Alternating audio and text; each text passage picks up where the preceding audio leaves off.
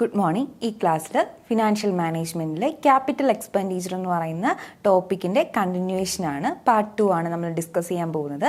കഴിഞ്ഞ ക്ലാസ്സിൽ capital expenditure എന്താണ്, എങ്ങനെയാണ് അതൊരു ഫേമിൽ ഇമ്പാക്റ്റ് ചെയ്യുന്നതെന്നുള്ള കാര്യങ്ങളൊക്കെ നമ്മൾ ഓൾറെഡി ഡിസ്കസ് ചെയ്തിട്ടുണ്ട്. ഈ ക്ലാസ്സിൽ നമ്മൾ ചെയ്യാൻ പോകുന്നത് ക്യാപിറ്റൽ എക്സ്പെൻഡിച്ചർ അല്ലെങ്കിൽ ക്യാപിറ്റൽ ബഡ്ജറ്റിംഗ് ഡിസിഷൻസ് എടുക്കുന്ന സമയത്ത് ഏതൊക്കെ മെത്തേഡ്സ് ആണ് നമ്മൾ യൂസ് ചെയ്യുന്നത്, മെത്തേഡ്സ് ഓഫ് ക്യാപിറ്റൽ ബഡ്ജറ്റിംഗ് അല്ലെങ്കിൽ ഇവാലുവേഷൻ മെത്തേഡ്സ്. ഈ മെത്തേഡ്സിനെ നമുക്ക് പ്രധാനമായിട്ടും രണ്ടായിട്ട് ക്ലാസിഫൈ ചെയ്യാം. ഫസ്റ്റ് വൺ എന്ന് പറയുന്നത് ട്രഡീഷണൽ മെത്തേഡ്സും അല്ലെങ്കിൽ ട്രഡീഷണൽ ടെക്നിക്സും, സെക്കൻഡ് വൺ എന്ന് പറയുന്നത് മോഡേൺ ടെക്നിക്സുമാണ്. ട്രഡീഷണൽ ടെക്നിക്സ് എന്ന് പറയുമ്പോഴത്തേക്കും പേ back period method, improvement of pay back period, average rate of return, ഇവയൊക്കെയാണ് പ്രധാനമായിട്ടും ട്രഡീഷണൽ ടെക്നിക്സിനകത്ത് വരുന്നത്. ഇതിൻ്റെ അകത്ത് പേ ബാക്ക് പീരീഡിൻ്റെ തന്നെ ഡ്രോബാക്സ് കാരണം വന്നിട്ടുള്ള കുറച്ച് ഇംപ്രൂവ്മെൻ്റ് ആണ് ആ സെക്കൻഡ് പറഞ്ഞേക്കുന്നത്, improvement of pay back period എന്ന്. ഇനി അടുത്തത് ARR മെത്തേഡ്. ഈ പ്രധാനമായിട്ടുള്ള ഈ പേ ബാക്ക് പീരീഡിലും ARR മെത്തേഡിലും പ്രത്യേകത എന്താണെന്ന് ചോദിച്ചു കഴിഞ്ഞാൽ ടൈം വാല്യൂ ഓഫ് മണീനെ ഇവർ കൺസിഡർ ചെയ്യുന്നില്ല. ഓക്കെ, അതുകൊണ്ടാണ് ഇവയെ ട്രഡീഷണൽ ടെക്നിക്സ് എന്ന് അറിയപ്പെടുന്നത്. ഇനി അടുത്തത് മോഡേൺ ടെക്നിക്സ് ആണ്, അല്ലെങ്കിൽ ഡിസ്കൗണ്ടഡ് ക്യാഷ് ഫ്ലോ ടെക്നിക്സ് എന്നും അറിയപ്പെടാറുണ്ട്. വേറൊരു പേര് ടൈം അഡ്ജസ്റ്റഡ് മെത്തേഡ്സ് എന്നാണ്. അപ്പോൾ ഈ ഡിസ്കൗണ്ടഡ് ക്യാഷ് ഫ്ലോ ടെക്നിക്സിൽ വരുന്നത് ഏതൊക്കെയാണെന്ന് ചോദിച്ചു കഴിഞ്ഞാൽ NPV മെത്തേഡ് അല്ലെങ്കിൽ നെറ്റ് പ്രസൻറ്റ് വാല്യൂ മെത്തേഡ് ഉണ്ട്, internal rate of return method ഉണ്ട്, പ്രോഫിറ്റബിലിറ്റി ഇൻഡെക്സ് മെത്തേഡ് ഉണ്ട്. ഇവ മൂന്നിലും പ്രത്യേകത എന്താണെന്ന് ചോദിച്ചു കഴിഞ്ഞാൽ ടൈം വാല്യൂ ഓഫ് മണീനെ കൺസിഡർ ചെയ്യുന്നത് കൊണ്ട് തന്നെ കുറച്ചുകൂടെ ആക്യുറേറ്റ് ആയിട്ടുള്ള ഒരു ഡിസിഷൻ എടുക്കാൻ വേണ്ടിയിട്ട് ഒരു ഫേമിനെ ഇവ സഹായിക്കും. ഇനി ഇവ ഓരോന്നായിട്ട് നമുക്ക് നോക്കാം. ഫസ്റ്റ് വൺ ട്രഡീഷണൽ മെത്തേഡ്സ് ആണ്. Traditional methods are the methods employed for evaluating investment proposals in which various investment proposals are ranked without considering the time value of money. Time value of moneyനെ consider ചെയ്യാതെ നമുക്ക് investment പ്രപ്പോസൽസിനെ evaluate ചെയ്യാൻ ഉപയോഗിക്കാൻ പറ്റുന്നതാണ് traditional methods എന്ന് പറയുന്നത്. ഈ traditional മെത്തേഡ്സിൻ്റെ അകത്ത് വരുന്ന കുറച്ച് മെത്തേഡ്സ് ആണ് പേ ബാക്ക് പീരീഡും അക്കൗണ്ടിങ് റേറ്റ് ഓഫ് റിട്ടേൺ അല്ലെങ്കിൽ ARR എന്ന് പറയുന്നത്. അപ്പോൾ first one payback period. Payback period is otherwise called as payout period method or payoff period method. Payback periodന്റെ വേറെ പേരുകൾ എന്തൊക്കെയാണ്? payout period method എന്നും payoff period method എന്നും പറയുന്നുണ്ട്. Payback period is the time period required to recover or recoup the initial invested in a project. ഒരു particular പ്രോജക്റ്റിൽ നമ്മൾ initially invest ചെയ്തിട്ടുള്ള എമൗണ്ട് തിരികെ പിടിക്കാൻ എത്ര സമയം എടുക്കുമോ ആ സമയത്തിനെയാണ് നമ്മൾ പേ ബാക്ക് പീരീഡ് എന്ന് പറയുന്നത്. നമുക്ക് പേര് കേൾക്കുമ്പോൾ തന്നെ മനസ്സിലാവത്തില്ലേ, പേ ബാക്ക് പീരീഡ്. നമ്മൾ ഇനിഷ്യലി എത്ര രൂപയാണോ ആ പർട്ടിക്കുലർ പ്രോജക്റ്റിനകത്ത് ഇൻവെസ്റ്റ് ചെയ്തിട്ടുള്ളത് അതിനെ തിരികെ പിടിക്കാൻ വേണ്ടിയിട്ട് എത്ര സമയം വേണ്ടി വരും, അതിനെ നമുക്ക് പേ ബാക്ക് പീരീഡ് എന്ന് പറയാം, അല്ലെങ്കിൽ പേ ഔട്ട് പീരീഡ് എന്ന് പറയാം, അല്ലെങ്കിൽ പേ ഓഫ് പീരീഡ് എന്നും പറയാം. It refers to the time required for generating sufficient cash inflow for the recovery of investment made in a project. നമ്മൾ പറഞ്ഞ പോയിന്റ് തന്നെയാണ്. എന്താണ്? നമ്മുടെ ഒരു പർട്ടിക്കുലർ പ്രോജക്റ്റിൽ ഇൻവെസ്റ്റ് ചെയ്തതിന് ശേഷം അതിൽ നിന്നും നമ്മുടെ ഒറിജിനൽ ഇൻവെസ്റ്റ്മെൻറ്റ് അല്ലെങ്കിൽ ഒറിജിനൽ ഇൻവെസ്റ്റ് ചെയ്ത ക്യാഷ് തിരിച്ച് പിടിക്കാനുള്ള സമയം, അതായത് റീജനറേറ്റ് ചെയ്യാനുള്ള സമയത്തിനെയാണ് പേ ബാക്ക് പീരീഡ് എന്ന് പറയുന്നത്. Thus, it measures the period of time required for the recovery of original investment. Original ഇൻവെസ്റ്റ്മെന്റിനെ റിക്കവർ ചെയ്യാൻ വേണ്ടിയിട്ടുള്ള ടൈം പീരീഡിനെയാണ് ഇത് പേ ബാക്ക് പീരീഡ് റെപ്രസെന്റ് ചെയ്യുന്നത്. Under this method investment proposals are ranked according to their length of pay back period. Okay, pay back period വെച്ചിട്ട് നമ്മളൊരു പ്രോജക്റ്റിനെ evaluate ചെയ്യുകയാണെങ്കിൽ എത്ര സമയം കൊണ്ട് നമ്മുടെ ഇനിഷ്യൽ ഇൻവെസ്റ്റ്മെന്റ് തിരിച്ചു കിട്ടും, ആ ലെങ്ത് ഓഫ് പീരീഡിനെയാണ് കൺസിഡർ ചെയ്യുന്നത്. അവിടെ പ്രത്യേകത എന്താണെന്ന് ചോദിച്ചു കഴിഞ്ഞാൽ നമ്മൾക്ക് എത്ര കുറഞ്ഞ സമയം കൊണ്ട് ഇനിഷ്യൽ ഇൻവെസ്റ്റ്മെന്റ് തിരിച്ചു കിട്ടുമോ അതിനായിരിക്കും നമ്മൾ കൂടുതൽ പ്രയോറിറ്റി കൊടുക്കുന്നത്. ഓക്കെ, ഒരു എക്സാമ്പിൾ പറയുകയാണെങ്കിൽ 2 പ്രോജക്റ്റുകളുണ്ട്, പ്രോജക്റ്റ് എയും പ്രോജക്റ്റ് ബിയും. രണ്ടിനും ഇനിഷ്യൽ ഇൻവെസ്റ്റ്മെന്റ് 10 lakhs rupees വെച്ചിട്ടാണ്. ഒരെണ്ണത്തിൽ 2.5 വർഷം കൊണ്ട് നമുക്ക് ഇനിഷ്യൽ ഇൻവെസ്റ്റ്മെന്റ് തിരിച്ചു കിട്ടും, മറ്റൊന്നിൽ 3 വർഷം കൊണ്ട് ഇനിഷ്യൽ ഇൻവെസ്റ്റ്മെന്റ് തിരിച്ചു കിട്ടും. ഓക്കെ, ഇവിടെ നോക്കുമ്പോൾ ഒന്നിൽ 2.5 വർഷം കൊണ്ട് പേ ബാക്ക് പീരീഡ് ആണ്, അല്ലെങ്കിൽ മറ്റൊന്നിൽ 3 വർഷം കൊണ്ടാണ് പേ ബാക്ക് പീരീഡ് വരുന്നത്. സോ ഇവിടെ ഡിസിഷൻ എടുക്കുമ്പോഴത്തേക്കും പേ ബാക്ക് പീരീഡ് ആണ് നമ്മൾ കൺസിഡർ ചെയ്യുന്നതെങ്കിൽ തീർച്ചയായിട്ടും ആ ഫേം എന്ത് ചെയ്യും, 2.5 വർഷം കൊണ്ട് ഇനിഷ്യൽ ഇൻവെസ്റ്റ്മെന്റ് തിരികെ കിട്ടുന്ന പ്രോജക്റ്റ് ആയിരിക്കും സെലക്ട് ചെയ്യുന്നത്. ഇവിടുത്തെ പ്രശ്നം എന്താണെന്ന് ചോദിച്ചു കഴിഞ്ഞാൽ എന്താണ്, ടൈം വാല്യൂ ഓഫ് മണി ഇവിടെ കൺസിഡർ ചെയ്യുന്നില്ല. അതുപോലെ തന്നെ പേ ബാക്ക് പീരീഡ് കഴിഞ്ഞതിന് ശേഷം വരുന്ന പീരീഡ് എത്രയാണെന്ന് കൺസിഡർ ചെയ്യുന്നില്ല. അതുപോലെ തന്നെ പേ ബാക്ക് പീരീഡിന്റെ അതിനപ്പുറമുള്ള പ്രോഫിറ്റബിലിറ്റി എത്രയാണെന്ന് കൺസിഡർ ചെയ്യുന്നില്ല. ഇതൊക്കെ തന്നെയാണ് ഇതിന്റെ ഡ്രോബാക്സ് എന്ന് പറയുന്നത്. ഓക്കെ, അപ്പോൾ പേ ബാക്ക് പീരീഡ് എന്താണെന്ന് എല്ലാവർക്കും മനസ്സിലായി എന്ന് വിചാരിക്കുന്നു. ഒരു പർട്ടിക്കുലർ ഇൻവെസ്റ്റ്മെന്റ് നടത്തുമ്പോഴത്തേക്കും ആ ഒറിജിനൽ ഇൻവെസ്റ്റ് ചെയ്ത എമൗണ്ട് തിരികെ പിടിക്കാൻ എത്ര സമയം വേണ്ടി വരുമോ അതാണ് പേ ബാക്ക് പീരീഡ് എന്ന് പറയുന്നു. Okay, the project having shorter pay back period is preferred to the one which has longer pay back period. Pay back period long ആയിരിക്കുന്ന പ്രോജക്റ്റുകളെക്കാട്ടിലും തീർച്ചയായിട്ടും ഫേം സജസ്റ്റ് ചെയ്യുന്ന അല്ലെങ്കിൽ യൂസ് ചെയ്യാൻ താല്പര്യപ്പെടുന്നത് ഷോർട്ടർ പേ ബാക്ക് പീരീഡ് ഉള്ള പ്രോജക്റ്റുകളായിരിക്കും. അതിൻ്റെ അർത്ഥം എന്താണ്, നമ്മുടെ മുടക്കിയ കാശ് പെട്ടെന്ന് തന്നെ നമുക്ക് തിരികെ കിട്ടുന്നു. In the situation of even cash inflows payback period is calculated through the following steps. നമ്മൾ ഈ ടെക്നിക്സുകളെ കുറിച്ച് പഠിക്കുമ്പോഴത്തേക്കും മനസ്സിലാക്കിയിരിക്കേണ്ട 2 ടേംസ് ആണ് ക്യാഷ് ഇൻഫ്ലോയും ക്യാഷ് ഔട്ട്ഫ്ലോയും. ക്യാഷ് ഔട്ട്ഫ്ലോ എന്ന് പറയുന്നത് ഒരു പർട്ടിക്കുലർ ഫേം ഒരു ഇൻവെസ്റ്റ്മെന്റ് നടത്താൻ വേണ്ടി ചിലവാക്കുന്ന തുകയാണ്, അതിൻ്റെ ആകെ ടോട്ടൽ എമൗണ്ട് വരും. ഇനി ക്യാഷ് ഇൻഫ്ലോ എന്ന് പറയുമ്പോഴത്തേക്കും നമുക്ക് ആ പ്രോജക്റ്റിൽ നിന്ന് തിരികെ കിട്ടുന്ന എമൗണ്ട് ആണ്. അപ്പോൾ ഈ പേ ബാക്ക് പീരീഡിന്റെ പ്രകാരം ക്യാഷ് ഫ്ലോ എന്ന് പറയുന്നത് ഈവൻ ആണെങ്കിൽ, ഓക്കെ, ഒരു പർട്ടിക്കുലർ പ്രോജക്റ്റിൽ നമ്മൾ ഇൻവെസ്റ്റ് ചെയ്തിട്ടുണ്ട്, അതിൽ ഓരോ വർഷവും 20,000 രൂപ വെച്ച് കിട്ടിക്കൊണ്ടിരിക്കുന്നു എന്ന് വെച്ച് കഴിഞ്ഞു. അപ്പോൾ അതായത് എല്ലാ വർഷവും സെയിം എമൗണ്ട് തന്നെയാണ്. അങ്ങനെയാണെങ്കിൽ നമുക്ക് എങ്ങനെ പേ ബാക്ക് പീരീഡ് കാൽക്കുലേറ്റ് ചെയ്യുന്നതാണ് ഇവിടുത്തെ ഈ പർട്ടിക്കുലർ ഫോർമുലയിൽ പറയുന്നത്. Original investment divided by annual cash inflows. അതായത് 1 ലക്ഷം രൂപയാണ് ഞാൻ ഒരു പർട്ടിക്കുലർ പ്രോജക്റ്റിൽ ഇൻവെസ്റ്റ് ചെയ്തിട്ടുള്ളത്, അതിൽ എനിക്ക് 20,000 രൂപ വെച്ച് വർഷം തോറും കിട്ടും. അപ്പം 1 ലക്ഷം divided by 20,000 is equal to 5 years കൊണ്ട് എനിക്ക് എന്ത് ചെയ്യാൻ പറ്റും, എൻ്റെ ഇനിഷ്യൽ ഇൻവെസ്റ്റ്മെന്റിന് തിരിച്ചു പിടിക്കാൻ പറ്റും. അതാണ് പേ ബാക്ക് പീരീഡ് എന്ന് പറയുന്നത്. ഓക്കെ, പേ ബാക്ക് പീരീഡ് നമുക്ക് 2 രീതിയിൽ കാൽക്കുലേറ്റ് ചെയ്യാൻ പറ്റും. ഒറിജിനൽ ഇൻവെസ്റ്റ്മെന്റിന്റെ ബേസിലും പറ്റും, അതുപോലെ തന്നെ ആനുവൽ ക്യാഷ് ഇൻഫ്ലോയുടെ അതായത് net profit after tax before depreciation, ഈ എമൗണ്ട് വെച്ചിട്ട് നമുക്ക് എന്ത് ചെയ്യാൻ പറ്റും, കാൽക്കുലേറ്റ് ചെയ്യാൻ പറ്റും. പക്ഷെ ഫോർമുല എന്ന് പറയുന്നത് pay back period is equal to original investment divided by annual cash inflows തന്നെയാണ്. അതാണ് നമ്മൾ മറക്കാതെ ഓർമ്മിച്ച് വെക്കേണ്ട ഫോർമുല. എന്താണ്, pay back period is equal to original investment divided by annual cash inflows. Okay, ഇവിടെ ഏത് സിറ്റുവേഷനിലാണ് നമ്മൾ ഉപയോഗിക്കുന്നത്, എല്ലാ വർഷവും ഒരേപോലുള്ള എമൗണ്ട് ആണ് നമുക്ക് തിരികെ കിട്ടുന്നതെങ്കിലും ഈ വർഷം 20,000 കിട്ടിയാൽ അടുത്ത വർഷം 20,000, അതിൻ്റെ അടുത്ത വർഷം 20,000, അങ്ങനെ സെയിം എമൗണ്ട് ആണ് വർഷം തോറും ആ പർട്ടിക്കുലർ പ്രോജക്റ്റിൽ നിന്ന് നമുക്ക് പ്രോഫിറ്റ് ആയിട്ട് കിട്ടുന്നതെങ്കിൽ പേ ബാക്ക് പീരീഡ് ഈ സിമ്പിൾ മെത്തേഡ് ഉപയോഗിച്ച് നമുക്ക് കാൽക്കുലേറ്റ് ചെയ്യാം. ഇനി അടുത്ത് അൺഈവൻ ക്യാഷ് ഫ്ലോ ആണെങ്കിൽ, in the case of uneven cash inflows pay back period is not calculated by using the formula. ഈ ഫോർമുല ഉപയോഗിച്ചിട്ടായിരിക്കില്ല നമ്മൾ എന്ത് ചെയ്യുന്നത്, പേ ബാക്ക് പീരീഡ് കാൽക്കുലേറ്റ് ചെയ്യുന്നത്. In such a situation the pay back period is found out by adding up the cash inflows until the cumulative cash inflows equate with the cash outflows. ഇവിടെ ചെയ്യുന്ന എന്താണെന്ന് ചോദിച്ചു കഴിഞ്ഞാൽ നമ്മൾ എന്ത് ചെയ്യും, ഓരോ വർഷവും കിട്ടിയ ക്യാഷ് ഇൻഫ്ലോയിനെ ക്യുമുലേറ്റ് ചെയ്യും. നമുക്കറിയാം, നമ്മൾ ടാബുലാർ ഫോമിലാക്കിയിട്ടാണ് ഇതിൻ്റെ ആൻസർ ചെയ്യുന്നത്.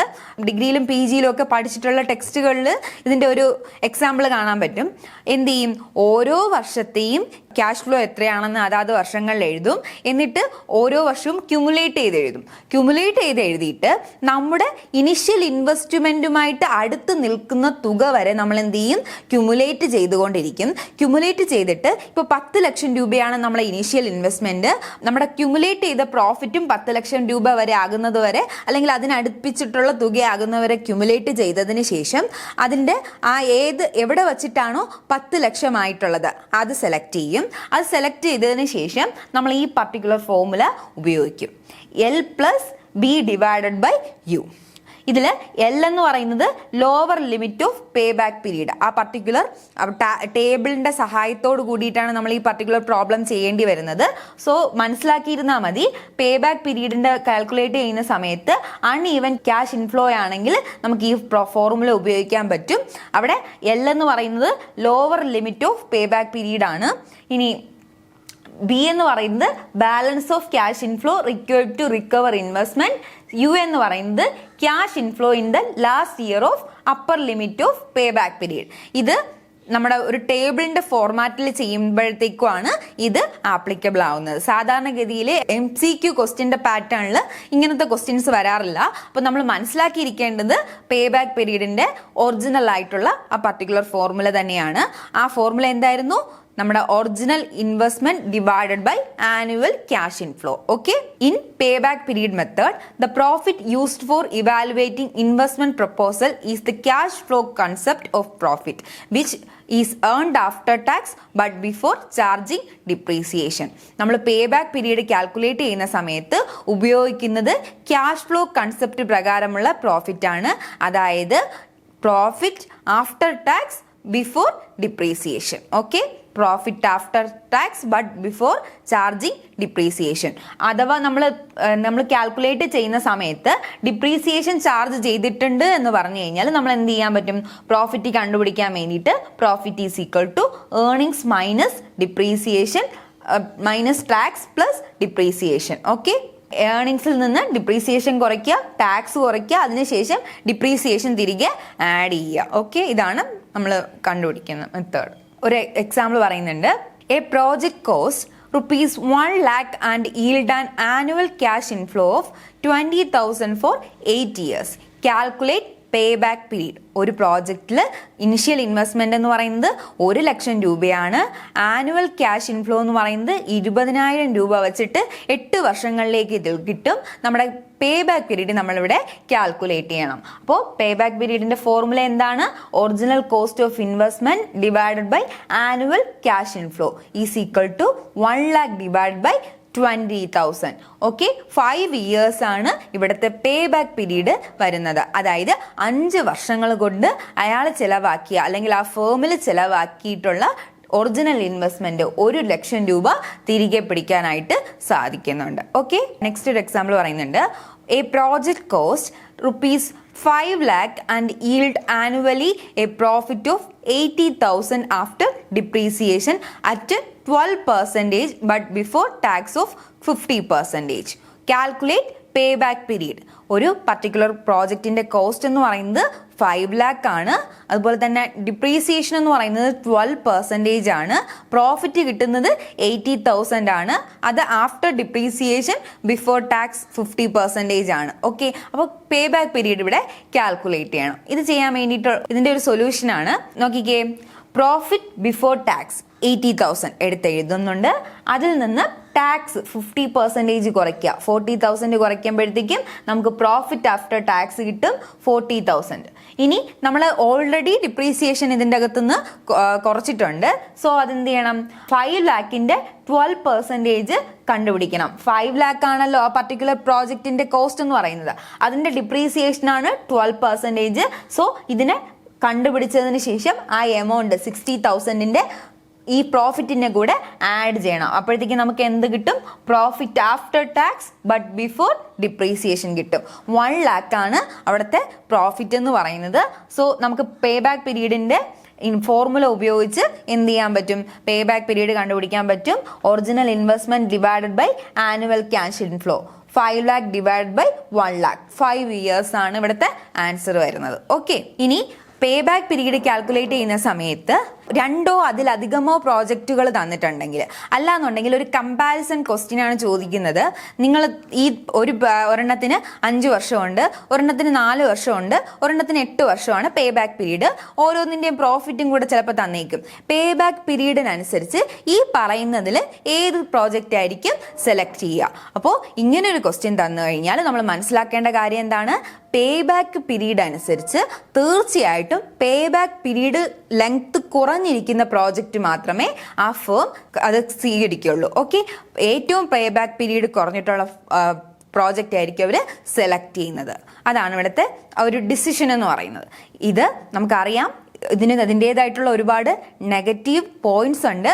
But still pay back period എന്ന് പറയുന്ന കാര്യം കൺസിഡർ ചെയ്യുമ്പോഴത്തേക്കും എന്ത് ചെയ്യും, ലെങ്ത് എപ്പോഴാണോ പേ ബാക്ക് പീരീഡ് കുറഞ്ഞിരിക്കുന്നത് ആ പ്രോജക്റ്റ് ആയിരിക്കും സെലക്ട് ചെയ്യുന്നത്. ഓക്കെ, ഇനി അടുത്ത് പേ ബാക്ക് പീരീഡിന്റെ കുറച്ച് അഡ്വാൻറ്റേജസ് എന്തൊക്കെയാണെന്ന് നോക്കാം. Advantages of pay back period. First one, easy and simple. നമ്മൾ നേരത്തെ പറഞ്ഞ നമുക്ക് ഈസി ആയിട്ട് അത് മനസ്സിലാക്കാനും അതുപോലെ തന്നെ കാൽക്കുലേറ്റ് ചെയ്യാനും ഒക്കെ സാധിക്കുന്നുണ്ട്. Pay back period is easy to compute and simple to understand. സാധാരണ ആളുകൾക്ക് വരെ നമ്മളൊന്ന് പറഞ്ഞു കൊടുത്തു കഴിഞ്ഞാൽ മനസ്സിലാക്കാൻ പറ്റുന്ന ഒരു കാര്യമാണ് പേ ബാക്ക് പീരീഡ് എന്ന് പറയുന്നത്.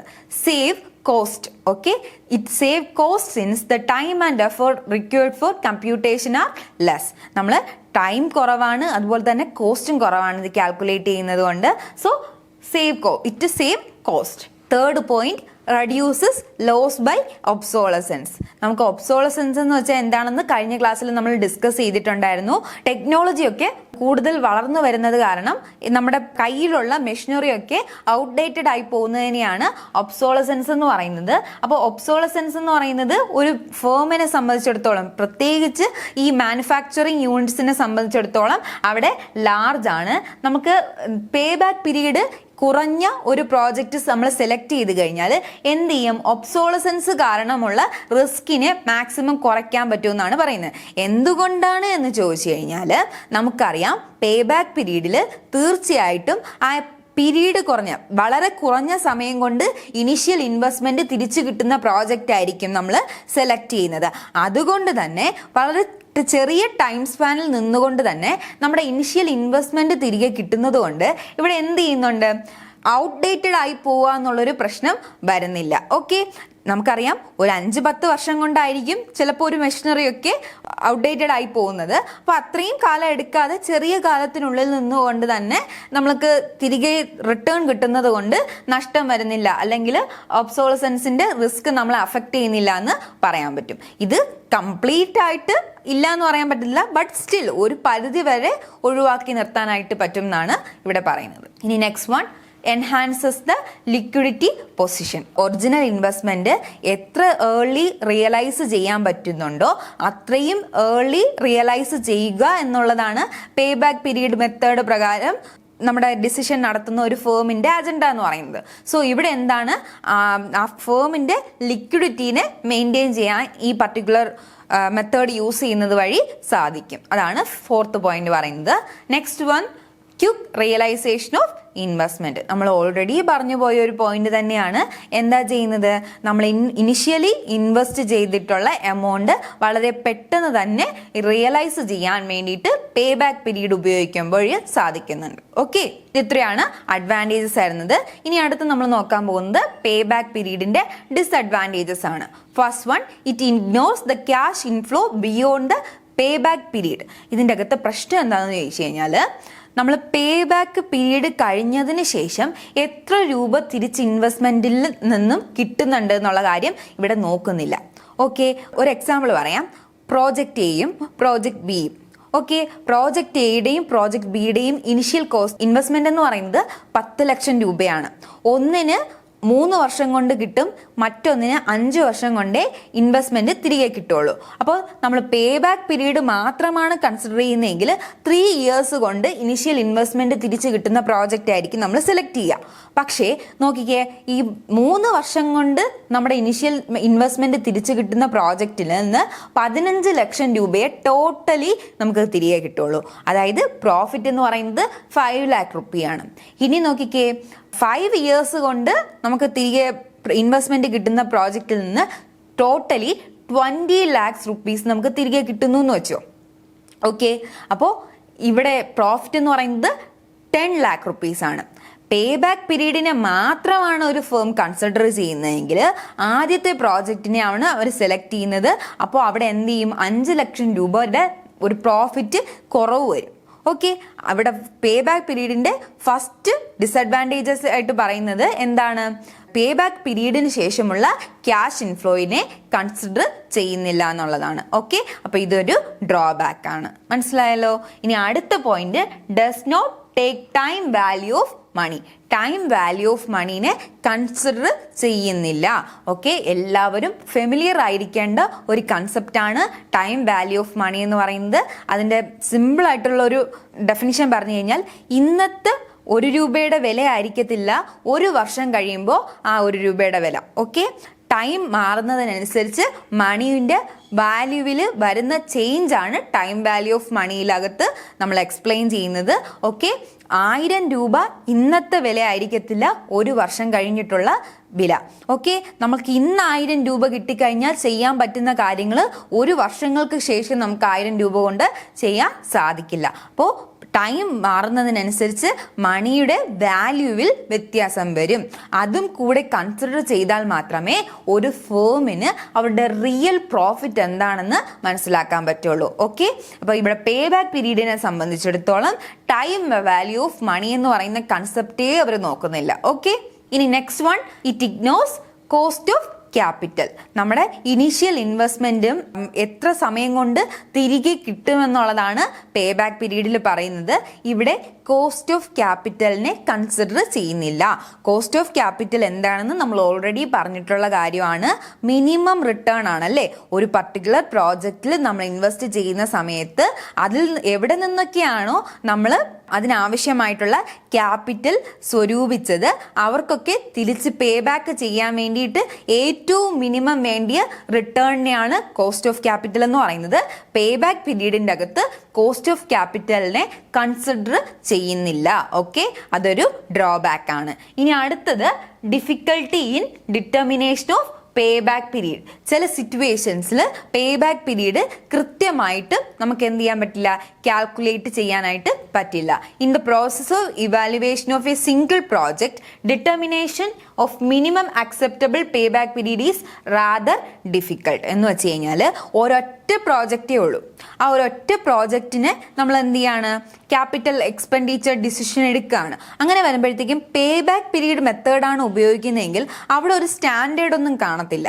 ഓക്കെ, ഇത്ര വർഷം കൊണ്ട് നമുക്ക് ഇൻവെസ്റ്റ്മെന്റ് തിരികെ കിട്ടിയാൽ നമുക്ക് അക്സെപ്റ്റ് ചെയ്യാം, അല്ലെങ്കിൽ ഇത്ര വർഷം കഴിഞ്ഞിട്ടാണെങ്കിൽ റിജക്റ്റ് ചെയ്യാം. ഇങ്ങനെയുള്ള രീതിയിൽ ഒരൊറ്റ സിംഗിൾ പ്രോജക്റ്റേ ഉള്ളൂവെങ്കിൽ നമുക്കൊരു ക്രൈറ്റീരിയ ഇല്ല. അത് പേ ബാക്ക് പീരീഡിന്റെ ഒരു ഡിഫിക്കൽട്ടിയാണ്. പക്ഷേ 2ഓ അതിലധികമോ എണ്ണം പ്രോജക്റ്റുകൾ ഉണ്ടെങ്കിൽ പേ ബാക്ക് പീരീഡ് കുറഞ്ഞത് നമുക്ക് സെലക്ട് ചെയ്യാം. ഇതാണ് ഇപ്പം ഇവിടെ പറയുന്നത്. Okay, it ignores return on capital employed. Okay, ലിക്വിഡിറ്റിനെയും അതുപോലെ തന്നെ റിട്ടേൺ ഓഫ് ക്യാപിറ്റൽ എംപ്ലോയിഡിനെയും ഇവിടെ എന്ത് ചെയ്യുന്നില്ല, കൺസിഡർ ചെയ്യുന്നില്ല. എന്താണ് 5th ഡിസഡ്വാൻറ്റേജസ് എന്ന് പറയുന്നത്. ഇനി 6th one, ignore risk differences. Okay, റിസ്കിനെയും ഇവിടെ പേ ബാക്ക് പീരീഡിന്റെ കാര്യത്തിൽ കൺസിഡർ ചെയ്യുന്നില്ല. നമുക്കറിയാം പേ ബാക്ക് പീരീഡിന്റെ മെയിൻ ഹെഡിങ് എന്തായിരുന്നു, ട്രഡീഷണൽ മെത്തേഡ്സ് ആണ്. ട്രഡീഷണലി ബിസിനസ്സുകൾ ക്യാപിറ്റൽ എക്സ്പെൻഡിച്ചർ ഡിസിഷൻ എടുക്കാൻ വേണ്ടിയിട്ട് യൂസ് ചെയ്തിരുന്ന ഒരു മെത്തേഡാണ്. അതിൻ്റെ അകത്ത് ഒരുപാട് ഡിഫിക്കൽട്ടീസ് അല്ലെങ്കിൽ അതിൻ്റെ അകത്ത് ഒരുപാട് ഡിസഡ്വാൻറ്റേജസ് ഉണ്ട്. അതിൽ റിസ്ക് എന്ന് പറയുന്ന ഫാക്ടറിനെ, എപ്പോഴും ബിസിനസ്സുമായിട്ട് അസോസിയേറ്റ് ചെയ്ത് നിൽക്കുന്ന റിസ്ക് എന്ന് പറയുന്ന ഫാക്ടറിനെയും പേ ബാക്ക് പീരീഡ് കൺസിഡർ ചെയ്യുന്നില്ല എന്നാണ് പറയുന്നത്. ഓക്കെ, ഇത് ഇത്രയാണ് ഇതിൻ്റെ പ്രധാനപ്പെട്ട ഡിസഡ്വാൻറ്റേജസ്. ഓക്കെ, അപ്പോൾ നമ്മൾ ഇത്രയും നേരം പറഞ്ഞുകൊണ്ടിരുന്നത് ട്രഡീഷണലി ഉള്ള പേ ബാക്ക് പീരീഡിൻ്റെ കാര്യമാണ്. ഈ ഡിസഡ്വാൻറ്റേജസ് ഉള്ളത് കൊണ്ട് തന്നെ നമ്മൾ എന്ത് ചെയ്തിട്ടുണ്ട്, പേ ബാക്ക് പീരീഡ് മെത്തേഡിൽ കുറച്ച് ഇംപ്രൂവ്മെന്റ് കൊണ്ടുവന്നിട്ടുണ്ട്. അതാണ് ഇനി നമ്മൾ നോക്കാൻ പോകുന്നത്, improvement to pay back period method. Okay, ഈ പേ ബാക്ക് പീരീഡിൽ കൊണ്ടുവന്നിട്ടുള്ള ഇംപ്രൂവ്മെന്റ് എന്തൊക്കെയാണ്? അതിൽ first one, post pay back profitability index. One of the serious limitation of payback period method is that it does not take into account the cash inflow earned after payback period. Okay, pay back പീരീഡിന് ശേഷം ഒരു particular പ്രോജക്റ്റിൽ എത്ര profit ആണ് earn ചെയ്തതെന്നുള്ള കാര്യം പേ back പീരീഡിന്റെ കാര്യത്തിൽ consider ചെയ്യുന്നില്ല. ഓക്കെ, പോസ്റ്റ് പേ ബാക്ക് പ്രോഫിറ്റബിലിറ്റീനെ കൺസിഡർ ചെയ്യുന്നില്ല.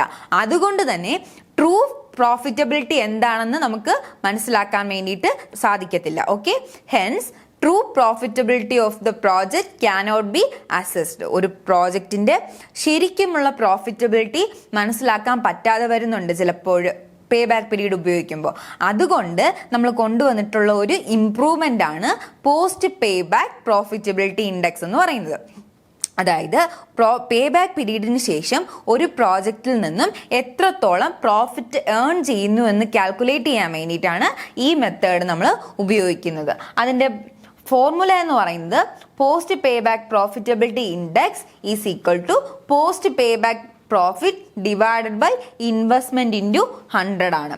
ഓക്കെ, അപ്പോൾ post pay back profitability index is equal to post pay back profit divided by investment into 100. ഇവിടെ എന്താ ചെയ്യുന്നത്, പേ ബാക്ക് പീരീഡിന് ശേഷം ആ ടോട്ടൽ ലൈഫിൽ ഇടയ്ക്ക് ആ പ്രോജക്റ്റിൽ നിന്ന് എത്ര ക്യാഷ് കിട്ടുന്നുണ്ട് അത് ഡിവൈഡ് ബൈ ഇൻവെസ്റ്റ്മെന്റ് ഇൻറ്റു 100% ആയിട്ടായിരിക്കും post pay back profitability index calculate ചെയ്യുന്നത്. ഓക്കെ, അപ്പോൾ നമ്മുടെ ടോട്ടൽ നമുക്ക് എത്രത്തോളം പ്രോഫിറ്റ് കിട്ടുമെന്ന് മനസ്സിലാക്കാൻ വേണ്ടിയിട്ട് ഈ പർട്ടിക്കുലർ ഫോർമുല ഉപയോഗിച്ച് നമുക്ക് സാധിക്കുന്നുണ്ട്. ഓക്കെ, ഇനി next one, post pay back reciprocal method. ഒരു പർട്ടിക്കുലർ പ്രോജക്റ്റിന്റെ ഇന്റേണൽ റേറ്റ് ഓഫ് റിട്ടേൺ എത്രയാണെന്ന് മനസ്സിലാക്കാൻ വേണ്ടി നമ്മളെ സഹായിക്കുന്ന ഒന്നാണ് post pay back reciprocal method എന്ന് പറയുന്നത്. Post pay back reciprocal method is employed to estimate internal rate of return generated by the project. ഒരു പ്രോജക്റ്റിൽ നിന്ന് ജനറേറ്റ് ചെയ്തിട്ടുള്ള ഇന്റേണൽ റേറ്റ് ഓഫ് റിട്ടേണിനെ എസ്റ്റിമേറ്റ് ചെയ്യാൻ വേണ്ടിയിട്ട് post pay back reciprocal method സഹായിക്കുന്നുണ്ട്. ഇതിനെ കാൽക്കുലേറ്റ് ചെയ്യാൻ വേണ്ടി നമ്മൾ ഉപയോഗിക്കുന്ന ഫോർമുല എന്ന് പറഞ്ഞു കഴിഞ്ഞാൽ annual cash inflow divided by total investment ആണ്. നമ്മൾ നേരത്തെ ഒറിജിനലി പേ ബാക്ക് പീരീഡ് കണ്ടുപിടിച്ചിരുന്ന ഫോർമുലേനെ എടുത്ത് തിരിച്ചിടുന്നു. അതായത് annual cash inflow divided by total investment. Okay, next one, post pay back period method. Okay, നമ്മൾ നേരത്തെ പറഞ്ഞിട്ടുള്ളത് പോലെ പേ ബാക്ക് പീരീഡിന്റെ അകത്ത് എന്തുമാത്രമേ മനസ്സിലാക്കുന്നുള്ളൂ, ഇനീഷ്യൽ ഇൻവെസ്റ്റ്മെന്റ് എത്ര സമയം കൊണ്ട് തിരികെ കിട്ടുന്നു എന്നുള്ളത്. ഇവിടെ നോക്കിക്കേ, post pay back period method എന്ന് പറഞ്ഞു കഴിഞ്ഞാൽ നമ്മുടെ പേ ബാക്ക് പീരീഡിന് ശേഷം ആ പർട്ടിക്കുലർ പ്രോജക്റ്റിന് എത്ര ലൈഫ് കൂടെ ഉണ്ട്, അല്ലെങ്കിൽ എത്ര സമയം കൂടെ അവിടെ ആ പ്രോജക്റ്റിൽ നിന്ന് നമുക്ക് റിട്ടേൺ കിട്ടുന്നുണ്ട്, അത് മനസ്സിലാക്കാൻ വേണ്ടി ഉപയോഗിക്കുന്നതാണ് post pay back period method എന്ന് പറയുന്നത്. Post pay back period method take into account period beyond the pay back period. Pay back പീരീഡിന് ശേഷമുള്ള പീരീഡാണ് ഇവിടെ മനസ്സിലാക്കുന്നത്. The method is otherwise termed as surplus life over pay back period. Pay back period കഴിഞ്ഞതിന് ശേഷം surplus life എത്രയുണ്ടെന്ന് നമുക്ക് മനസ്സിലാക്കാൻ വേണ്ടി സഹായിക്കുന്നത് കൊണ്ട് തന്നെ അതിന് വേറൊരു പേരും പറയുന്നുണ്ട്, surplus life over pay back period. Okay, according to this method, project having longer payback period is given preference. Okay, longer payback period ഉള്ളത്, അതായത് longer post pay back period ഉള്ള മെത്തേഡ് ആയിരിക്കും നമ്മളിവിടെ എന്ത് ചെയ്യുന്നത്, കൺസിഡർ ചെയ്യുന്നത്. അതായത് ഒരു പ്രോജക്റ്റിൽ നിന്ന് 10 വർഷം കൊണ്ട് ഇനീഷ്യൽ ഇൻവെസ്റ്റ്മെന്റ് തിരിച്ചു കിട്ടും. അതിൻ്റെ ടോട്ടൽ ഇയേഴ്സ് എന്ന് പറയുന്നത് 20 വർഷമാണ്. അതേസമയം ഇവാലുവേഷന് വന്ന വേറൊരു പ്രോജക്റ്റ് ഉണ്ട്, 7 വർഷം കൊണ്ട് നമുക്ക് എന്ത് കിട്ടും, ഇനീഷ്യൽ ഇൻവെസ്റ്റ്മെന്റ് തിരിച്ചു കിട്ടും.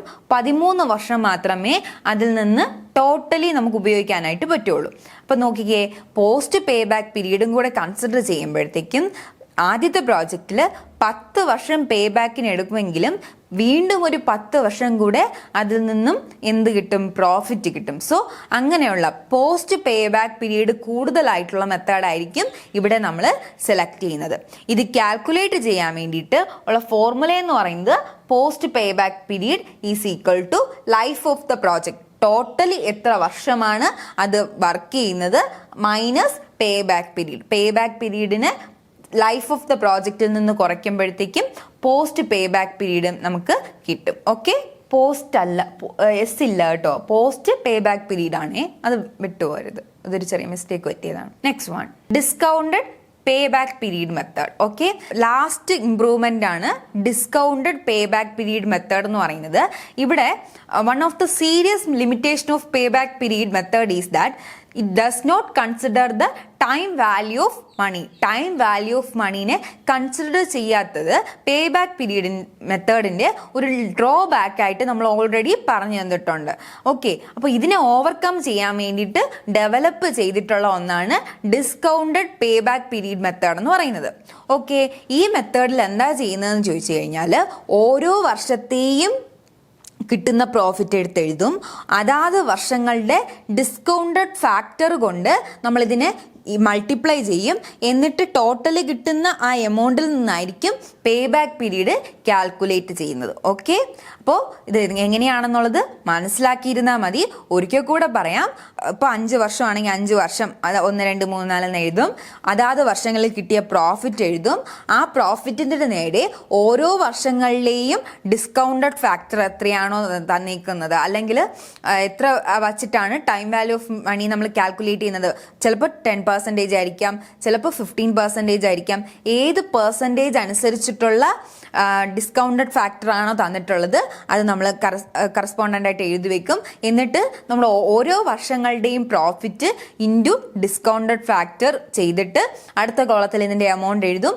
ആ എഴുതി വെച്ച എമൗണ്ടിൽ നിന്നായിരിക്കും നമ്മൾ എന്ത് കാൽക്കുലേറ്റ് ചെയ്യുന്നത്, പേ ബാക്ക് പീരീഡ് കാൽക്കുലേറ്റ് ചെയ്യുന്നത്. ഓക്കെ, നമ്മൾ ക്യുമുലേറ്റീവ് ക്യാഷ് ഫ്ലോസ് വെച്ച് കണ്ടുപിടിക്കുന്ന ഒരെണ്ണം പറഞ്ഞില്ലായിരുന്നു, അതുപോലെയാണ് ഇവിടെയും ഫോർമുല ഉപയോഗിച്ചിട്ടാണ് ചെയ്യുന്നത്. ഓക്കെ, അപ്പോൾ ഇത്രയായിരുന്നു പേ ബാക്ക് പീരീഡിനെ കുറിച്ച് നമ്മൾ മനസ്സിലാക്കിയിരിക്കേണ്ട കാര്യങ്ങൾ. അപ്പോൾ എന്താണ് പേ ബാക്ക് പീരീഡ് എന്ന് അറിഞ്ഞിരിക്കുക, അതിൻ്റെ അഡ്വാൻറ്റേജസും ഡിസഡ്വാൻറ്റേജസും അറിഞ്ഞിരിക്കുക, ഫോർമുല അറിഞ്ഞിരിക്കുക, ഏത് സിറ്റുവേഷനിലാണ് പേ ബാക്ക് പീരീഡ് യൂസ് ചെയ്യുന്നത്. ഓക്കെ, ഫേമിൽ അത് യൂസ് ചെയ്യുന്നതുകൊണ്ട് എന്താണ് മനസ്സിലാക്കാൻ പറ്റുന്നത്, ഒരു ക്രൈറ്റീരിയ എന്താണ്, അതിൻ്റെ അഡ്വാൻറ്റേജസ് ഡിസഡ്വാൻറ്റേജസ്, പിന്നെ ഇതിൻ്റെ ഇമ്പ്രൂവ്മെൻറ്റ്, ഇത് ഇത്രയും കാര്യങ്ങൾ പേ ബാക്ക് പീരീഡിനെ സംബന്ധിച്ചിടത്തോളം നമ്മൾ അറിഞ്ഞിരിക്കണം. ഓക്കെ, ഇനി അടുത്ത് നമ്മൾ നോക്കാൻ പോകുന്നത് ആവറേജ് റേറ്റ് ഓഫ് റിട്ടേൺ മെത്തേഡാണ്. ട്രഡീഷണൽ മെത്തേഡ്സിൽ രണ്ടാമത്തെ മെത്തേഡാണ് average rate of return method എന്ന് പറയുന്നത്. Rate of return method is a traditional method of evaluating long-term investment proposals. Long-term investment proposals-നെ evaluate ചെയ്യാൻ നമ്മൾ ഉപയോഗിക്കുന്ന മറ്റൊരു മെത്തേഡാണ് average rate of return method എന്ന് പറയുന്നത്. Where the investment proposals are ranked according to their return on investment. Okay, ഇവിടെ എങ്ങനെയാണ് നമ്മൾ പ്രോജക്റ്റുകളെ റാങ്ക് ചെയ്യുന്നത്, അതിൽ നിന്ന് കിട്ടുന്ന റിട്ടേൺ ഓൺ ഇൻവെസ്റ്റ്മെന്റിന്റെ ബേസിലാണ്. ഓക്കെ, ഒരു പർട്ടിക്കുലർ പ്രോജക്റ്റ് എടുക്കുക, അതിൽ നിന്ന് ടോട്ടൽ ഇൻവെസ്റ്റ്മെന്റിൽ നിന്ന് എത്ര പെർസെൻറ്റേജോളം നമ്മൾ റിട്ടേൺ കിട്ടുന്നു എന്ന് മനസ്സിലാക്കുക. ഏറ്റവും ഹയസ്റ്റ് റിട്ടേൺ കിട്ടുന്നതിന് ഹയസ്റ്റ് റാങ്ക് കൊടുത്തിട്ട് നമുക്ക് എന്ത് ചെയ്യാൻ പറ്റും, ഇതിനെ റാങ്ക് ചെയ്യാൻ പറ്റും. For the purpose, the entire earnings expected from the investment over their lifetime is taken into consideration. അതായത് നമ്മൾ average rate of return method ഉപയോഗിക്കുമ്പോഴത്തേക്കും ഒരു പർട്ടിക്കുലർ പ്രോജക്റ്റിൽ അതിൻ്റെ എൻറ്റയർ ലൈഫിൽ കിട്ടുന്ന ഏർണിങ്സ് എത്രയായിരിക്കും എന്നുള്ളതിൻ്റെ എക്സ്പെക്ടേഷൻ ഉപയോഗിച്ചിട്ടായിരിക്കും നമ്മൾ ഡിസിഷൻ എടുക്കുന്നത്. Okay, next one, average rate of return method is used to evaluate the relation between average annual profit and net investment. ഒരു പർട്ടിക്കുലർ പ്രോജക്റ്റിൽ ഇൻവെസ്റ്റ് ചെയ്യുന്ന സമയത്ത് അവിടെയുള്ള നെറ്റ് ഇൻവെസ്റ്റ്മെൻറ്റിൻ്റെയും അതുപോലെ തന്നെ ആവറേജ് ആനുവൽ പ്രോഫിറ്റിൻ്റെയും റിലേഷൻ എന്താണെന്ന് കണ്ടുപിടിക്കാൻ വേണ്ടിയിട്ട് ARR മെത്തേഡ് നമുക്ക് ഉപയോഗിക്കാം. This method is also known as accounting rate of return method. Average rate of return മെത്തേഡിൻ്റെ വേറൊരു പേരാണ് accounting rate of return method. എന്തുകൊണ്ടാണെന്ന് ചോദിച്ചാൽ because of the reason that the accounting concept of profit is used for evaluating various investment proposal. Investment പ്രപ്പോസൽസിനെ evaluate ചെയ്യാൻ വേണ്ടിയിട്ട് ഇവിടെ use ചെയ്യുന്നത് അക്കൗണ്ടിങ് കൺസെപ്റ്റ് പ്രകാരമുള്ള പ്രോഫിറ്റ് ആണ്. Okay, the accounting rate of return ARR is the percentage rate of return expected on a investment or asset as compared to the initial investment cost. Okay, ഒരു particular അസറ്റിൽ നമ്മൾ invest ചെയ്യുമ്പോഴത്തേക്കും അതിൻ്റെ investment കോസ്റ്റിനെ അപേക്ഷിച്ച് എത്ര percentage return നമുക്ക് കിട്ടുമെന്നുള്ളതിൻ്റെ ഒരു എക്സ്പെക്ടേഷനാണ് ARR മെത്തേഡിൽ വഴി കണ്ടുപിടിക്കുന്നത്. Okay, under this method various project are ranked on the base of rate of return. Okay, highest rate of return കിട്ടുന്നതിന് ഹയസ്റ്റ് റാങ്ക് കൊടുക്കും, ലോവസ്റ്റ് കിട്ടുന്നതിന് ലോവസ്റ്റ് റാങ്ക് കൊടുക്കും. അപ്പോൾ ഒരു ഫേം ഡിസിഷൻ എടുക്കുന്ന സമയത്ത് ഹയസ്റ്റ് റേറ്റ് ഓഫ് റിട്ടേൺ കിട്ടിയതായിരിക്കും അവർ സെലക്ട് ചെയ്യുന്നത്. If there is only one project in hand, acceptance or rejection decision is taken on the base of cut off rate or hurdle rate. Okay, ഇപ്പോൾ ARR method പ്രകാരം നമ്മൾക്ക് ഒരൊറ്റ പ്രോജക്റ്റിനെ മാത്രമേ evaluate ചെയ്യാനുള്ളൂ എങ്കിൽ ഒന്നുകിൽ ഒരു കട്ട് ഓഫ് റേറ്റിൻ്റെയോ അല്ലെങ്കിൽ കോസ്റ്റ് ഓഫ് ക്യാപിറ്റലിൻ്റെയോ സഹായത്തോടു കൂടിയായിരിക്കും നമ്മൾ ഡിസിഷൻ എടുക്കുന്നത്. ഓക്കെ, കോസ്റ്റ് ഓഫ് ക്യാപിറ്റലിനെ കവർ ചെയ്യാൻ പറ്റുന്ന രീതിയിൽ റിട്ടേൺ കിട്ടുന്നുണ്ടെങ്കിൽ ARR പ്രകാരം നമുക്ക് എന്ത് ചെയ്യാൻ പറ്റും, ആ പർട്ടിക്കുലർ പ്രോജക്റ്റിനെ അക്സെപ്റ്റ് ചെയ്യാൻ പറ്റും.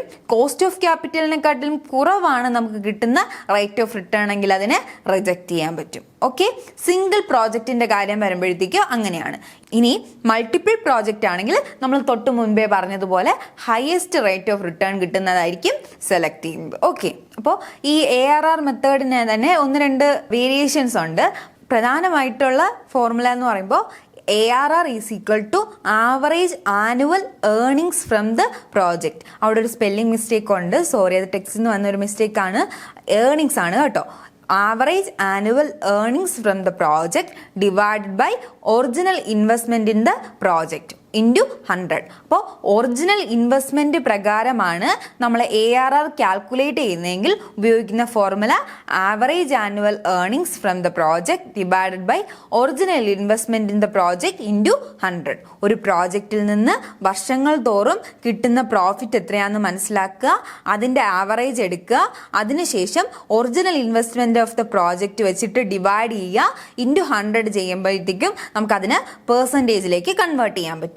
ഇനി അടുത്ത് നോക്കിക്കേ, ആവറേജ് ഇൻവെസ്റ്റ്മെന്റ് ആണ് നമ്മൾ കൺസിഡർ ചെയ്യുന്നതെങ്കിൽ അവിടെ എന്താ സംഭവിക്കുന്നത്, ഒറിജിനൽ ഇൻവെസ്റ്റ്മെന്റിന് പകരം ആവറേജ് ഇൻവെസ്റ്റ്മെന്റ് ഉപയോഗിക്കും. Okay, average annual earnings from the project divided by average investment in the project into 100. അത് വേറൊരു വേരിയേഷൻ ആണ്. അപ്പോൾ ഒരു ഫേമിന്റെ ക്രൈറ്റീരിയക്ക് അനുസരിച്ചായിരിക്കും അവർ ഒറിജിനൽ ഇൻവെസ്റ്റ്മെന്റ് വേണോ അല്ലെങ്കിൽ ആവറേജ് ഇൻവെസ്റ്റ്മെന്റ് വേണോ എന്നുള്ളത് തീരുമാനിക്കുന്നത്. ഓക്കെ, ആവറേജ് ആനുവൽ പ്രോഫിറ്റ് അല്ലെങ്കിൽ ഏർണിങ്സ് കാൽക്കുലേറ്റ് ചെയ്യാൻ വേണ്ടിയിട്ട് ടോട്ടൽ പ്രോഫിറ്റിനെ നമ്പർ ഓഫ് ഇയേഴ്സ് കൊണ്ട്, എത്ര വർഷം കൊണ്ടാണ് പ്രോഫിറ്റ് തിരികെ കിട്ടുന്നത് ആ വർഷം കൊണ്ട് ഡിവൈഡ് ചെയ്താൽ മതി. ഓക്കെ, ആവറേജ് ആനുവൽ ഏർണിങ്സ് നമുക്ക് കിട്ടും. ഓക്കെ, മുകളിലത്തെ പോർഷൻ. ഇനി ഇൻവെസ്റ്റ്മെന്റ് കിട്ടാൻ വേണ്ടിയിട്ട് ഡിവൈഡഡ് ബൈ 2 ആണ് ചെയ്യേണ്ടത്. Okay, average annual earnings means total of expected annual earnings after depreciation and tax divided by number of years. Average annual earnings എന്ന് പറയുന്നത് ടാക്സും ഡിപ്രീസിയേഷനും കഴിഞ്ഞിട്ടുള്ള ആവറേജ് ഇൻവെസ്റ്റ്മെന്റ് എന്ന് പറയുന്നത് ഒറിജിനൽ കോസ്റ്റ് ഓഫ് ദ പ്രോജക്റ്റിനെ 2 കൊണ്ട് ഡിവൈഡ് ചെയ്യുക. സാൽവേജ് വാല്യൂ ഇല്ല എന്നുണ്ടെങ്കിൽ, സാൽവേജ് വാല്യൂ ഉണ്ടെങ്കിൽ ഒറിജിനൽ കോസ്റ്റിൽ നിന്നും സാൽവേജ് വാല്യൂ കുറച്ചതിന് ശേഷം 2 കൊണ്ട് ഡിവൈഡ് ചെയ്യുക. ഓക്കെ, അപ്പോൾ നമ്മൾ പറഞ്ഞുകൊണ്ടിരുന്നത് where there is salvage value ഉണ്ടെങ്കിൽ original cost minus salvage value divide by 2, അതാണ്. ഓക്കെ, ഇത് നമ്മൾ ശ്രദ്ധിക്കേണ്ട കേട്ടോ. അപ്പോൾ നമ്മൾ എന്താ നോക്കിയത്, ആവറേജ് ഇൻവെസ്റ്റ്മെന്റ് കണ്ടുപിടിക്കാൻ വേണ്ടിയിട്ടുള്ള മെത്തേഡാണ്.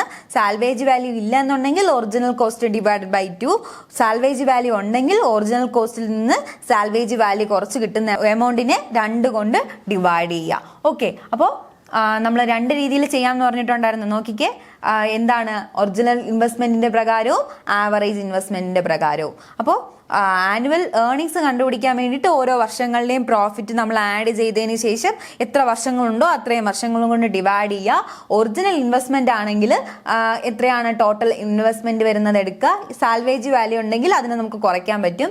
ആവറേജ് ഇൻവെസ്റ്റ്മെന്റിന്റെ കേസിലാണെങ്കിൽ ഒറിജിനൽ ഇൻവെസ്റ്റ്മെന്റിൽ നിന്ന് സാൽവേജ് വാല്യൂ ഉണ്ടെങ്കിൽ കുറച്ചതിന് ശേഷം 2 കൊണ്ട് ഡിവൈഡ് ചെയ്യുക. അതാണ് നമ്മൾ അടുത്ത സ്ലൈഡിൽ കണ്ടിട്ടുള്ളത്. ഓക്കെ, ഇതാണ് ആവറേജ് റേറ്റ് ഓഫ് റിട്ടേണിന്റെ തിയറി വരുന്നത്. ഇനി ഒരു എക്സാമ്പിൾ നമുക്ക് നോക്കാം. Estimated cost of a project is ₹5 lakh.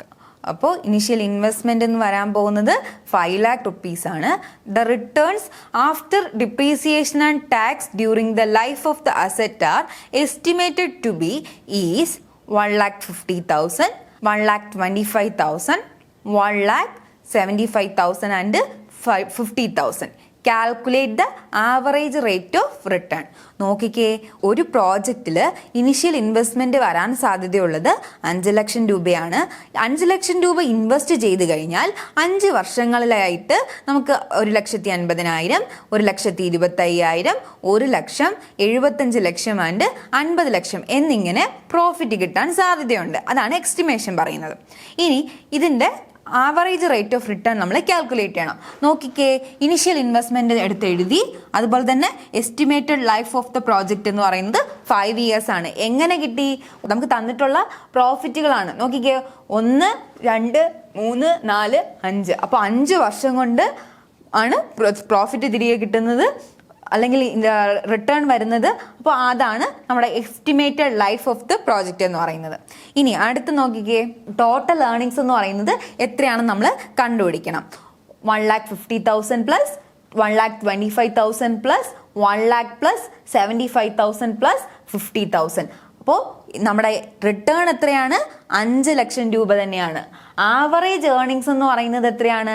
5 lakh divided by 5. അപ്പോൾ 1 ലക്ഷം രൂപയാണ് ആവറേജ് ഏർണിങ്സ്. അപ്പോൾ ഇനി അതുപോലെ തന്നെ ആവറേജ് ഇൻവെസ്റ്റ്മെന്റും കൂടെ നമുക്ക് കണ്ടുപിടിക്കാം. ടോട്ടൽ ഇൻവെസ്റ്റ്മെന്റ് എന്ന് പറയുന്നത് 5 lakh, 2 കൊണ്ട് ഡിവൈഡ് ചെയ്യുമ്പോഴത്തേക്കും ₹2,50,000 ആണ് ആവറേജ് ഇൻവെസ്റ്റ്മെന്റ്. റേറ്റ് ഓഫ് റിട്ടേണിന്, ആവറേജ് റേറ്റ് ഓഫ് റിട്ടേണിന് നമുക്ക് 2 രീതിയിൽ കാൽക്കുലേറ്റ് ചെയ്യാം. On the base of original ഇൻവെസ്റ്റ്മെന്റും on the base of average ഇൻവെസ്റ്റ്മെന്റും. On the base of original investment ആണെങ്കിൽ നോക്കിക്കേ, നമ്മുടെ ആവറേജ് ആനുവൽ ഏർണിങ്സ് എത്രയാണ്? 1 ലക്ഷം രൂപയാണ്. 1 ലക്ഷം ഡിവൈഡഡ് ബൈ 50,000 ഇൻറ്റു 100, 20% ആണ് ആവറേജ് റേറ്റ് ഓഫ് റിട്ടേൺ വരുന്നത്. ഇനി on the base of average investment ആണെങ്കിൽ നോക്കിക്കേ, ഇവിടെ ആവറേജ് ഇൻവെസ്റ്റ്മെന്റ് നമ്മൾ കണ്ടുപിടിച്ച് വെച്ചിട്ടുണ്ട്.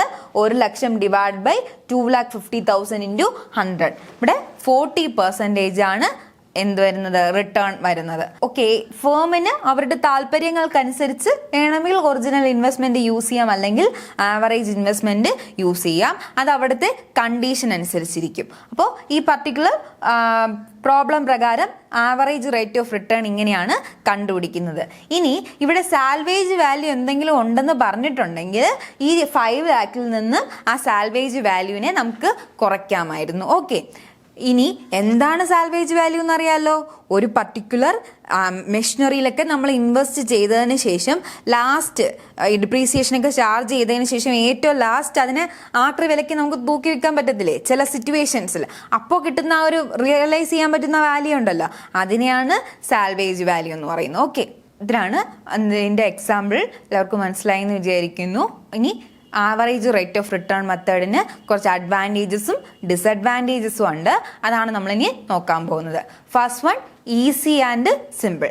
ARR എന്ന് പറയുന്നത് ഈസി ആയിട്ട് നമുക്ക് കാൽക്കുലേറ്റ് ചെയ്യാനും മനസ്സിലാക്കാനും സാധിക്കുന്നുണ്ട്. It considers entire earnings. ഒരു നമ്മുടെ പർട്ടിക്കുലർ ഫോമിന് കിട്ടുന്ന എൻറ്റയർ ഏർണിങ്സിനെയും നമ്മളിവിടെ കൺസിഡർ ചെയ്യുന്നുണ്ട്. അതായത് നോക്കിക്കേ, നമ്മൾ കഴിഞ്ഞ പ്രോബ്ലം ചെയ്തപ്പോഴും എന്താ ചെയ്തത്? ഓരോ വർഷങ്ങളുടെയും പ്രോഫിറ്റ് ആഡ് ചെയ്തതിന് ശേഷം അതിനെയാണ് ടോട്ടൽ ഇയേഴ്സ് കൊണ്ട് ഡിവൈഡ് ചെയ്തത്. സോ എൻറ്റയർ ഏർണിങ്സിനെയും നമ്മൾ കൺസിഡർ ചെയ്യുന്നുണ്ട്.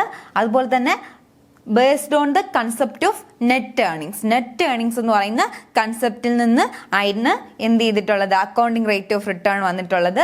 അതിൻ്റെ അർത്ഥം എന്താണ്? നമ്മുടെ earnings after tax and depreciation ആണ് ഇവിടെ ഉപയോഗിക്കുന്നത്. പ്രോബ്ലത്തിൽ അത് തന്നെയാണ് പറഞ്ഞിട്ടുള്ളത്. ടാക്സും ഡിപ്രീസിയേഷനും കഴിഞ്ഞിട്ട് കിട്ടാൻ സാധ്യതയുള്ള പ്രോഫിറ്റ് എന്ന് പറഞ്ഞിട്ടാണ് അവിടെ കാണിച്ചിട്ടുള്ളത്. സോ അവിടെ എന്താ ഉപയോഗിക്കുന്നത്? നെറ്റ് ഏർണിങ്സ് എന്ന് പറയുന്ന കൺസെപ്റ്റ് ആണ്.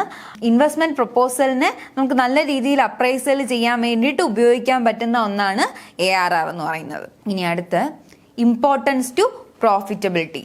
തീർച്ചയായിട്ടും പേ ബാക്ക് പീരീഡിനെ പോലെയല്ല, ഇവിടെ പ്രോഫിറ്റബിലിറ്റിനെയാണ് അവിടെ കാൽക്കുലേറ്റ് ചെയ്യുന്നത്. This methods give importance to profitability rather than liquidity. ലിക്വിഡിറ്റിയെക്കാട്ടിലും അധികം പ്രോഫിറ്റബിലിറ്റിക്ക് ഇമ്പോർട്ടൻസ് കൊടുക്കുന്നത് ARR മെത്തേഡിലാണ്. ഇത് ഒരു പർട്ടിക്കുലർ പ്രോജക്റ്റിൽ നിന്ന് തിരികെ കിട്ടാൻ സാധ്യതയുള്ള പ്രോഫിറ്റബിലിറ്റി എത്രയാണെന്നുള്ളതിൻ്റെ ക്ലിയർ പിക്ചർ തരാൻ വേണ്ടിയിട്ട് ഹെൽപ്പ് ചെയ്യുന്നുണ്ട്. Next one, it considers the accounting concept of profit. Accounting concept of profit consider ചെയ്യുന്നതെന്ന് നമ്മൾ ഓൾറെഡി പറഞ്ഞിട്ടുണ്ടായിരുന്നു. അപ്പോൾ റേറ്റ് ഓഫ് റിട്ടേൺ അവിടെ നിന്നാണ് നമ്മൾ കാൽക്കുലേറ്റ് ചെയ്യുന്നത്. Satisfies the interest of the ഓണേഴ്സിന്റെ ഇൻട്രസ്റ്റിനെ കൂടെ സാറ്റിസ്ഫൈ ചെയ്യുന്ന തരത്തിലുള്ള മെത്തേഡാണ് ARR മെത്തേഡ്. നമ്മൾ നേരത്തെ പറഞ്ഞിട്ടുണ്ടായിരുന്നു, ഒരു പ്രോജക്റ്റൊക്കെയാണ് വരുന്നതെങ്കിൽ നമ്മൾ എങ്ങനെയാണ് അതിന് ക്രൈറ്റീരിയ വയ്ക്കുന്നത്? കോസ്റ്റ് ഓഫ് ക്യാപിറ്റലിനെക്കാട്ടിലും കൂടുതലാണെങ്കിൽ അതിൽ നിന്ന് കിട്ടുന്ന റിട്ടേൺ എന്നുണ്ടെങ്കിൽ നമുക്ക് അതിനെ അക്സെപ്റ്റ് ചെയ്യാം.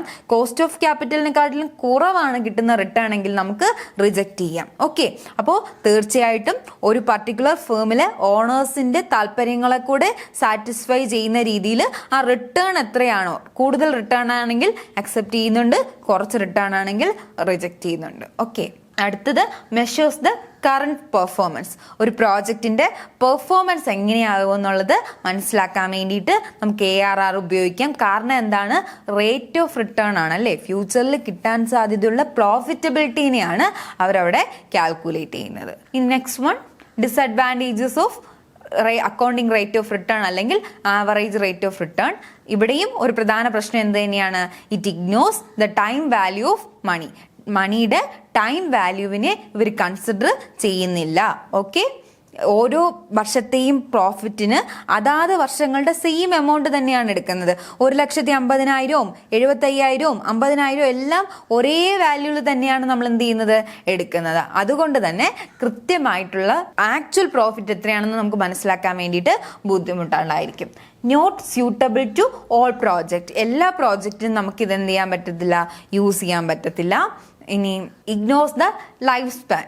ഓക്കെ, ടോട്ടലി എത്ര വർഷം കൊണ്ടാണ് റിട്ടേൺ വരുന്നത് എന്നുള്ള കാര്യങ്ങളൊന്നും നമ്മൾ എന്ത് ചെയ്യുന്നില്ല, ഇവിടെ കൺസിഡർ ചെയ്യുന്നില്ല. It ignores the life span of various ഇൻവെസ്റ്റ്മെന്റുകളുടെ ലൈഫ് സ്പാൻ ഇവർ ഇഗ്നോർ ചെയ്യുന്നുണ്ട്. A project which gives 20% return in 15 years may be preferred to one which give 19% in 4 years. This risk element attached to long-term projects is not considered. Okay, നമ്മൾ നേരത്തെ പറഞ്ഞിട്ടുണ്ടായിരുന്നു, accounting rate of return ഉപയോഗിക്കുന്ന സമയത്ത് അവിടെ highest return കിട്ടുന്ന project ആയിരിക്കും നമ്മൾ select ചെയ്യുന്നത്. അതിനൊരു റിസ്ക്കും കൂടെയുണ്ട്. ലോങ് ടേം ആയിട്ടുള്ള ഇൻവെസ്റ്റ്മെന്റ് നടത്തുമ്പോഴത്തേക്കും ഇവിടെ എക്സാമ്പിൾ പറഞ്ഞിട്ടുണ്ട്, 15 വർഷം കൊണ്ട് 20% റിട്ടേൺ കിട്ടുന്ന ഒരു പ്രോജക്റ്റ്, 4 വർഷം കൊണ്ട് 19% റിട്ടേൺ കിട്ടുന്ന പ്രോജക്റ്റ്. ഹയസ്റ്റ് റിട്ടേൺ മാത്രമേ നമ്മൾ കൺസിഡർ ചെയ്യുന്നുള്ളൂ എങ്കിൽ 20% റിട്ടേൺ നമ്മൾ തിരഞ്ഞെടുക്കും. പക്ഷെ അത് കിട്ടുന്നത് എത്ര വർഷം കൊണ്ടാണ്? 15 വർഷം കൊണ്ടാണ്. പക്ഷെ നോക്കിക്കേ, 4 വർഷം കൊണ്ട് 19% റിട്ടേൺ കിട്ടുന്ന പ്രോജക്റ്റിന് നമ്മളവിടെ ഇഗ്നോർ ചെയ്യേണ്ടി വരും. അത് ARR മെത്തേഡിന്റെ ഒരു ഡിസഡ്വാൻറ്റേജ് ആണ്. ഇനി next one, does not consider cash inflows. ഓരോ വർഷത്തെയും ക്യാഷ് ഇൻഫ്ലോ എന്ന് പറയുന്നത് എന്താ ചെയ്യുന്നില്ല, അവർ കൺസിഡർ ചെയ്യുന്നില്ല. അക്കൗണ്ടിങ് പ്രോഫിറ്റ് മാത്രമേ കൺസിഡർ ചെയ്യുന്നുള്ളൂ, ക്യാഷ് ഇൻഫ്ലോയിനെ കൺസിഡർ ചെയ്യുന്നില്ല. നമ്മൾ പ്രോഫിറ്റ് ആണ് അവർ നോക്കുന്നത്, ക്യാഷ് ഇൻഫ്ലോ അല്ല. ഇനി അതായത് ടാക്സും ഡിപ്രീസിയേഷനും കഴിഞ്ഞിട്ടുള്ള എമൗണ്ട് ആണ് അക്കൗണ്ടിങ് പ്രോഫിറ്റ്, ആ എമൗണ്ട് ആണ് അവർ യൂസ് ചെയ്യുന്നത്. ഇനി നോ യൂണിഫോമിറ്റി. ചില സമയത്ത് ഇതിനൊരു യൂണിഫോം അപ്രോച്ച് ഇല്ല എന്നാണ് പറയുന്നത്. ഓക്കെ, ഡിഫറെൻറ്റ് കൺസെപ്റ്റ് ഉണ്ട്. ഒറിജിനൽ ഇൻവെസ്റ്റ്മെന്റിന്റെ ബേസിൽ കണ്ടുപിടിക്കാം, ആവറേജ് ഇൻവെസ്റ്റ്മെന്റിന്റെ ബേസിൽ കണ്ടുപിടിക്കാം. അതുകൊണ്ട് തന്നെ ഒരു യൂണിഫോമിറ്റി കുറവുണ്ട്. സോ ഇതൊരു ഡിസഡ്വാൻറ്റേജ് ആണ്. ഇത്രയാണ് ട്രഡീഷണൽ മെത്തേഡ്സിനകത്ത് നമ്മൾ പഠിച്ചിട്ടുണ്ടായിരുന്നത്. ഓക്കെ, അപ്പോൾ ഇന്നത്തെ ക്ലാസ്സിൽ നമ്മൾ ഡിസ്കസ് ചെയ്തിട്ടുണ്ടായിരുന്നത് പേ ബാക്ക് പീരീഡിനെ കുറിച്ചിട്ടും അതുപോലെ തന്നെ അക്കൗണ്ടിങ് റേറ്റ് ഓഫ് റിട്ടേണിനെ കുറിച്ചിട്ടുമാണ്. എല്ലാവർക്കും മനസ്സിലായെന്ന് വിചാരിക്കുന്നു. ബാക്കി നമുക്ക് അടുത്ത ക്ലാസ്സിൽ കണ്ടിന്യൂ ചെയ്യാം. താങ്ക്